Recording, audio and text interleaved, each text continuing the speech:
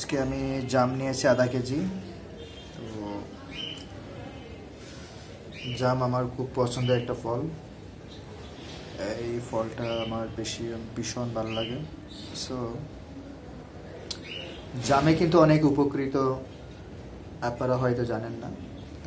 জাম খেলে ডায়াবেটিস রোগী যারা আছেন তাদের জন্য অনেক উপকৃত, তারপর ক্যান্সার রোগীদের জন্য অনেক উপকৃত। আর জাম হচ্ছে, কালো জাম হচ্ছে ভিটামিন সি, অনেক ভালো ক্যালোরি জামে আছে। তারপর যাই হোক, জামে ইত্যাদি ইত্যাদি অনেক শরীরের জন্য অনেক উপকৃত।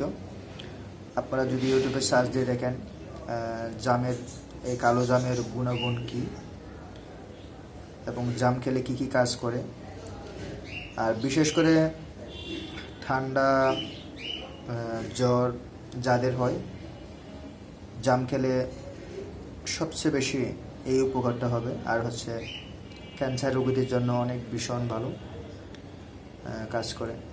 তো যাই হোক, আমি এত কিছু হয়তো জানি না, যেতটুকু জানি আমি কিছু কিছু ধারণা দিয়েছি।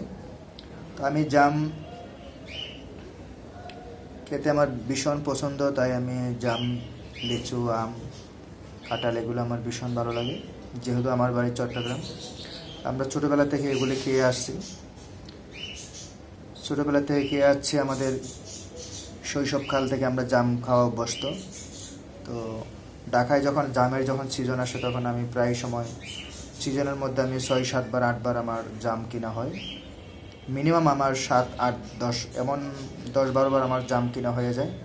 তো আম কাঁঠালের কথা তো নাই বললাম। তো বিশেষ করে জামটা আমার খুব ফোকাস করে।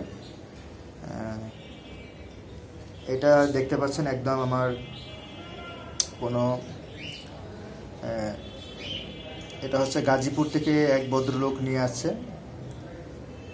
একদম শ্বাসেরটা না, শ্বাসেরগুলো একটু রঙের কালারটা একটু ভিন্ন, মোটা। সো আমি ওগুলো বেশি একটা পছন্দ করি না। হালকা টক মিষ্টি এই জামটা আমার ভীষণ ভালো লাগে, যেটা একদম ন্যাচারাল আমাদের প্রাকৃতিক গাছের মধ্যে যে জামটা হয়, ওই জামটাই আমার বেশি পছন্দ। তো যাই হোক, আপনাদের সাথে একটু শেয়ার করলাম। থ্যাংক ইউ সো মাচ, সবাই ভালো থাকবেন। আর